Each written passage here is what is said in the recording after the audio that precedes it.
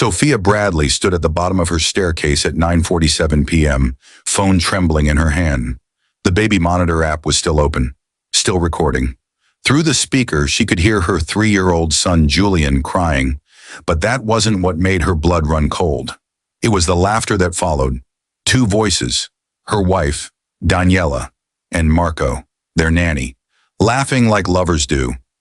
She'd come home early from Seattle, a tech conference that ended ahead of schedule. The penthouse was dark. She'd opened the monitor app just to check on Julian. Marco's voice came through. Ella vai descobrir. She's going to find out. Daniela. Não se formos cuidadosos. Not if we're careful. Then Marco said something that stopped her heart. Ele tem seus olhos. He has your eyes. Sophia's Portuguese was basic, but she understood perfectly. Daniela's laugh was bitter. 3 anos e ela nunca suspeitou. 3 years and she never suspected. 3 years of marriage. 3 years raising Julian, teaching him to walk, to talk, to call her mama. She looked at the wedding photo on the wall. Next to it, Julian's adoption certificate. Except it wasn't real, because Julian had Daniela's eyes, and Marco's eyes. Sophia had been raising their biological son without knowing it. She could walk upstairs, demand the truth, or turn around, walk out. Pretend she never heard it. Her thumb hovered over the app. She could delete the recording, go back to the life she thought she had, but that life never existed. What Sophia was about to discover wouldn't just destroy her marriage. It would expose a fraud so carefully constructed that it had fooled adoption agencies, federal background checks, and a woman who'd built a multi-million-dollar cybersecurity company. For 3 years, she'd been living a lie. But Daniela and Marco didn't know one thing. Sophia didn't just build her empire by trusting her instincts. She built it by being 3 steps ahead of everyone who ever tried to use her. If you heard something through a baby monitor that could destroy your entire life, would you go upstairs and face it, or would you walk out the door and never come back? Welcome to Compass True Crime Stories. Kindly support and encourage us by subscribing to this channel as we continue to keep you entertained. New true crime stories around the world on a daily basis.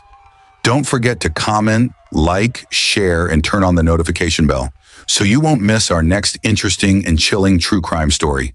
Sophia wasn't supposed to make it. Foster care kids from Sacramento don't usually build tech empires. 7 homes before aging out at 18. No family, no safety net. By 34, she had everything. A penthouse in Portland, a cybersecurity company worth $18 million. But every night she came home to silence. Money bought security. It didn't buy belonging. She met Daniela Costa at an LGBTQ plus tech networking event. 29. Dark hair, warm eyes, working as a translator for immigrant women. Daniela talked about Sao Paulo, poverty, coming to America with $300 and a tourist visa, sleeping on a stranger's couch for 8 months. We're both survivors, Daniela said. Sophia saw herself in that hunger. It felt like destiny. 6 months from first date to marriage proposal, Sophia's best friend Andrea warned her. You barely know her. Sophia didn't care. For the first time, someone wanted her. They married in Forest Park. Daniela cried during her vows. You gave me a home when I had none. I promise I will spend every day making you feel as loved as you've made me feel. Sophia believed every word.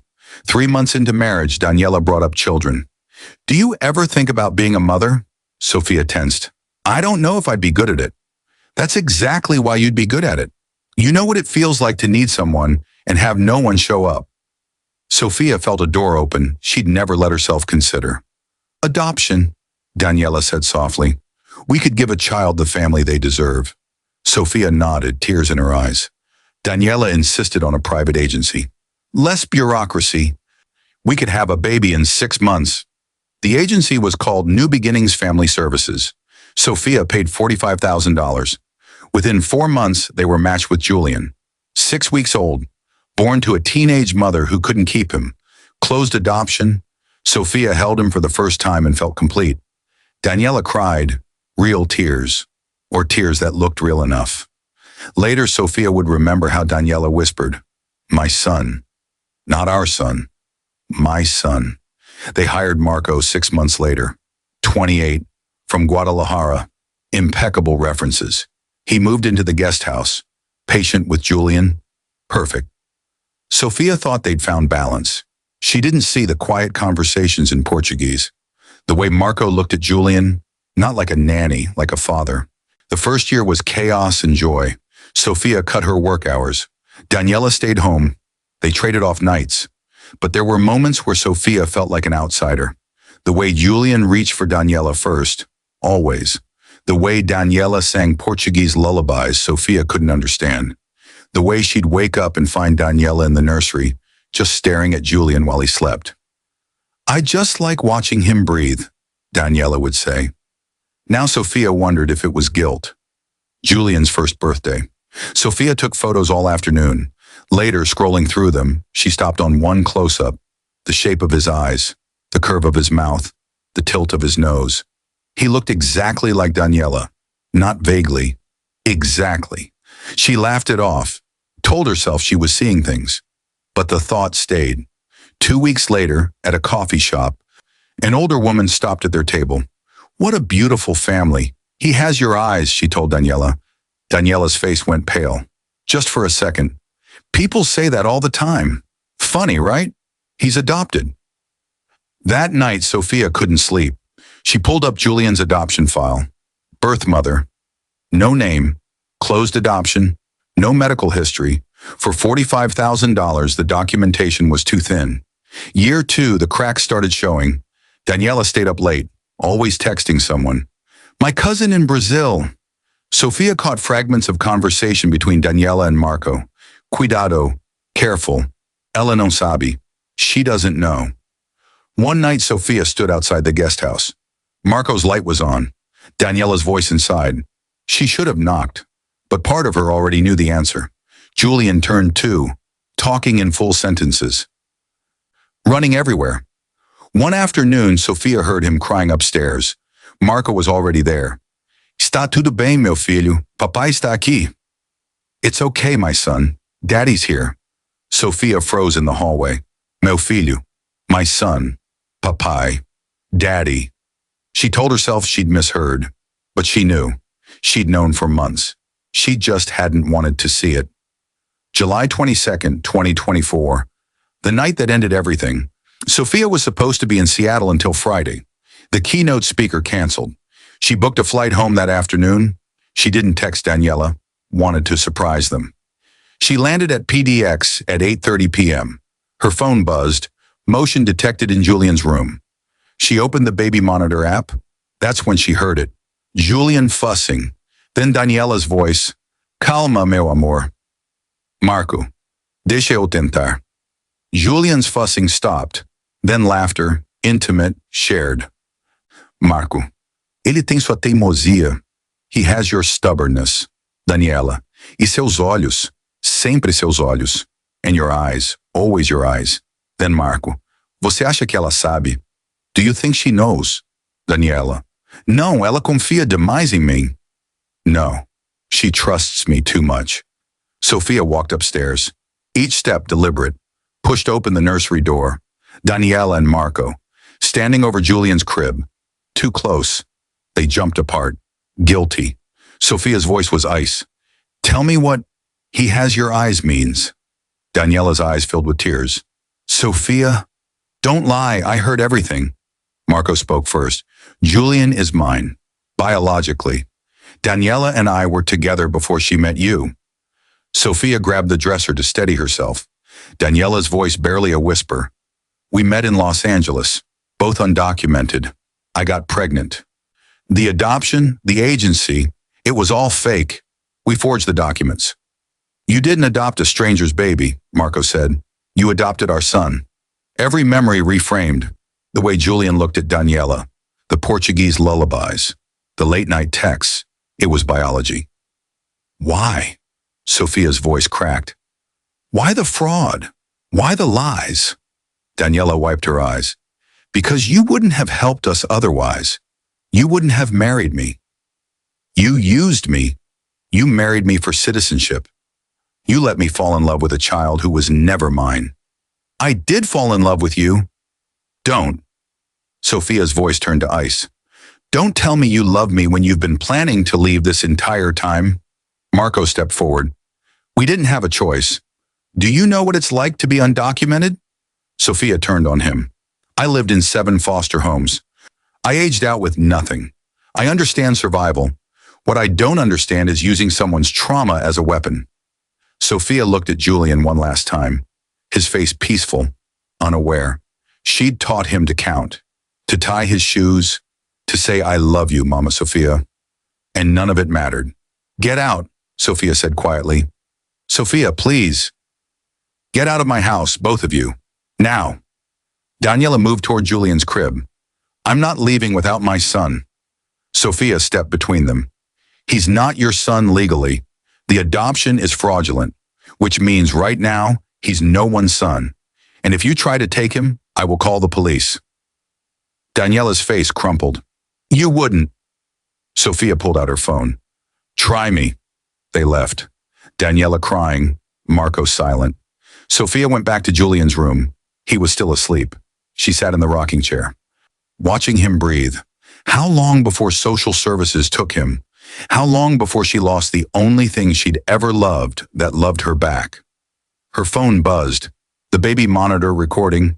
She'd forwarded it automatically. Evidence. She opened her laptop, started researching. Adoption fraud, immigration fraud, conspiracy. Sophia could destroy them both with one phone call. But destroying them meant losing Julian. That was the choice she had to make. If reporting a crime means losing the child you've raised as your own for 3 years, do you choose justice or love? And if you choose love, does that make you complicit? Sophia didn't sleep. She sat in Julian's room until dawn, watching him, memorizing him. At 6 a.m., he woke up. Where's Mama? She had to go away for a little while, sweetheart. Tio, Marco too? Yes, Marco too. Julian started crying. Sophia held him, let him soak her shirt with tears. He didn't understand. All he knew was that half his world had disappeared overnight, and Sophia was the one who'd made it happen. Sophia opened her laptop. New Beginnings Family Services had processed 47 adoptions in 3 years. All expensive, all fast. She cross-referenced names. 22 same-sex couples, 15 single parents, all desperate, all marks. She found the LLC behind the agency. Owner, Antonio Reyes. Sophia ran his name. Criminal records, business filings. Antonio Reyes didn't exist. The entire operation was fraud. She logged into her business banking. Monthly transfers, $15,000. 36 months, $540,000 total. Daniela had been siphoning money since month 1. Sophia found Daniela's laptop, still logged in. Email threads between Daniela and Marco. 4 years old. Subject, O Plano, the plan. Find a wealthy American, someone lonely. Marry them. Adopt Julian through a fake agency. Wait 3 years for citizenship, then leave. Marco, what if she finds out? Daniela, she won't. People like her don't ask questions. They're too afraid of being alone. Sophia read that line 3 times. Daniela had profiled her, studied her weaknesses, weaponized her trauma. This was premeditated. Daniela called from a blocked number. Please don't do this. Do what? Report that you committed fraud? That you stole $500,000? What do you want? Sophia looked at Julian's photo. I want to know why you chose me specifically. Silence. Because you were easy, Daniela said finally. Successful and lonely and desperate. You asked so few questions. Did you ever love me? I convinced myself I did, but I don't know anymore what was real. Sophia hung up. Sophia dialed the FBI field office.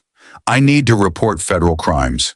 Adoption fraud, immigration fraud, wire fraud. Special Agent Nina Okoye listened. Sophia laid it out.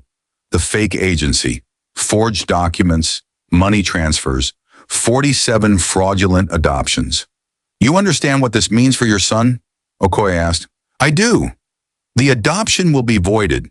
He'll be placed in protective custody. I understand. Ms. Bradley, are you sure? Once we open this investigation, there's no going back. Sophia looked at Julian's photo again. I'm sure. When can we meet? The FBI moved fast. 3 days later, Daniela was arrested in Sacramento. Marco was picked up at the San Diego border. Agent Okoye called with updates. They're both in federal custody. We've also arrested Andre Silva and 4 others connected to the agency. What are the charges?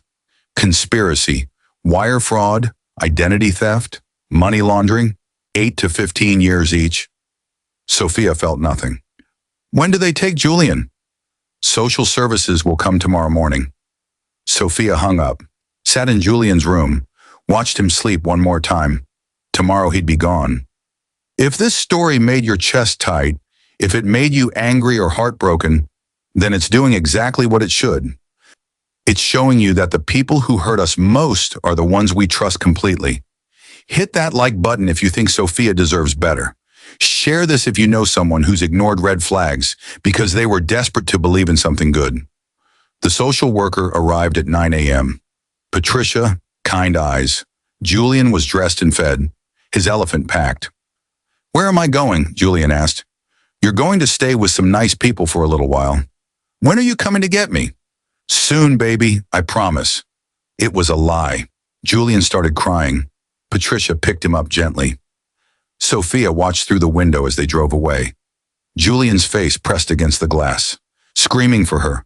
She stood there for 20 minutes after the car disappeared. Then she closed the door and broke. Agent Okoye called 3 days later. We need you to come in.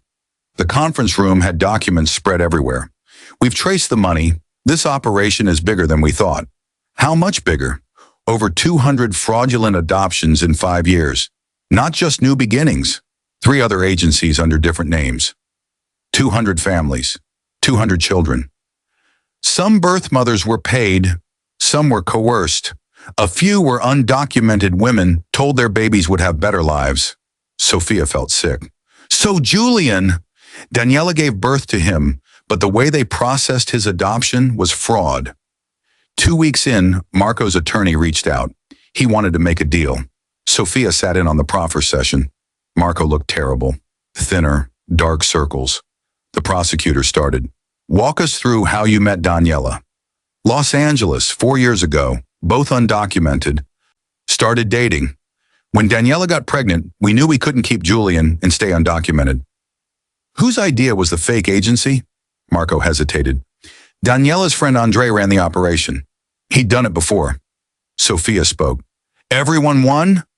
Marco looked at her, guilt written across his face. That's what we told ourselves. Except the adoptive parents were defrauded, and the babies were trafficked. I didn't see it that way then. I see it now. Marco filed for custody 3 weeks after his arrest. His argument, biological father, involved since birth. Sophia was just the woman who'd been deceived. Sophia's attorney, Rebecca, was skeptical. Biology gives him leverage. He abandoned Julian for 3 years. He can argue he was forced to hide his relationship to avoid deportation. Sophia hired a private investigator, dug through Marco's background. He'd worked for Andre before, helped recruit 3 other women, received $60,000 in payments over 3 years. Marco wasn't a victim. He was a co-conspirator. This shows intent, Rebecca said. He can't claim he was just following Daniela's lead. The custody hearing came 6 weeks after Julian's placement. Sophia testified, explained everything. The 3 years, the discovery, the fraud. Marco's attorney cross-examined. You paid someone else to raise your son while you focused on your career? I was building financial security, something Marco couldn't do because he was here illegally. And yet he never abandoned Julian. Can you say the same? Sophia's voice was ice. I want Julian because I'm his mother, not because I gave birth to him, because I was there. Every nightmare, every fever, every milestone. I didn't need biology to love him. The courtroom went silent. The judge took a week to deliberate. When she returned, the courtroom was packed. This case presents an extraordinary conflict between biological rights, established attachment, and criminal conduct. Judge Torres reviewed the facts. Marco's crimes, Sophia's 3 years as primary caregiver. However, biology is not the only consideration. Julian has been with Ms. Bradley for 3 years. She is the parent he knows. Removing him would cause additional trauma. Sophia held her breath. Therefore, I am awarding primary custody to Ms. Bradley, with supervised visitation to Mr. Delgado pending his criminal case. Sophia's knees went weak. She'd won. Sophia picked Julian up from foster care on a Thursday. He'd been gone for 6 weeks. The foster mother brought him to the door. "Julian?" He stared at her. Then his face crumpled. "Mama Sophia!" He ran into her arms, held on so tight. "I thought you forgot me." "Never, baby, never." That night he slept in her bed. She didn't sleep, just watched him breathe, terrified that if she closed her eyes, someone would take him again. 3 months later, the federal trial began. United States versus Daniela Costa, Marco Delgado, Andre Silva, and 6 co-conspirators. The prosecution opened with a timeline. 7 years, 213 children, $3 million in illegal fees. They called witnesses, adoptive parents who'd been defrauded, birth mothers who'd been coerced. One mother testified through tears, 17, undocumented. Pregnant, promised $5,000 in citizenship. She never saw the money, never got citizenship, never saw her daughter again. Sophia looked at Daniela, sitting in an orange jumpsuit, face blank, no remorse. When Daniela took the stand, the prosecutor destroyed her. "Did you love Sophia when you married her?" Daniela hesitated. "I cared about her." "Yes or no?" "No." "So you lied. You defrauded her.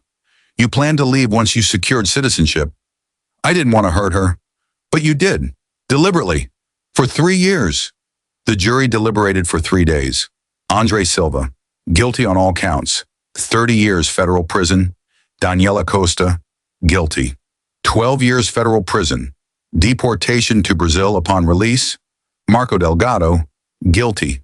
5 years federal prison. Deportation to Mexico upon completion. Sophia felt nothing. No relief, just emptiness. 2 weeks later, family court reconvened. The question, should Marco's parental rights be terminated? Sophia stood. Julian doesn't remember Marco as his father. He remembers him as the nanny who disappeared. If Marco loved him, he would have protected him. Instead, he used him. He made Julian's entire existence illegal. Judge Torres nodded. "Mr. Delgado, your parental rights are hereby terminated." Marco started crying. Sophia felt nothing. 6 months later, Sophia legally adopted Julian. The real way, home studies, background checks, interviews, classes. In October 2025, Judge Torres signed the final decree. Julian Bradley Costa, legally, permanently hers. They celebrated at home, just the two of them. Julian asked questions sometimes. "Why did Mama leave?" Sophia told age-appropriate truths. "Sometimes grown-ups make big mistakes." "Are you going to leave?" Sophia pulled him close. "Never. I'm your mama. That's forever." 1 year after the trial, Sophia's company went public. She was worth $140 million.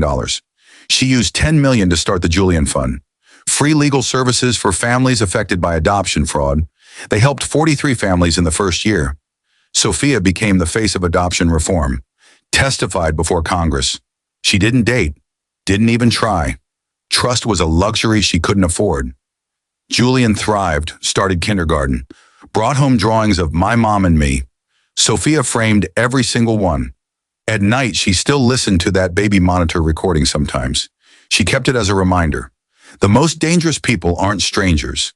They're the ones you let inside. Daniela and Marco had exploited her loneliness, her desperation for family, but they hadn't destroyed her. Sophia had won. Julian was hers, legally, emotionally, forever. And that was the only victory that mattered. Someone's life just collapsed because they trusted the wrong person. You saw every warning sign Sophia missed. Now here's what matters.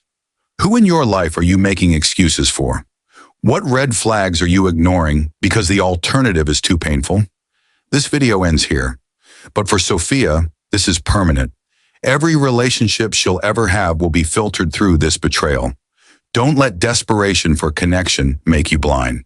Subscribe if you want to see how real betrayals unfold, because the patterns are always there. Most people won't recognize them until it's too late. You watch this far. That means you're not most people. Sophia saved Julian, but she'll never trust love again. Marco kept his life, but lost his son. Daniela got 12 years, but that won't undo the damage. In this story, nobody really won. So if there are only survivors and casualties, which one would you rather be? Thank you for watching to the end, and see you in our next episode of Compass True Crime Stories. Stay safe.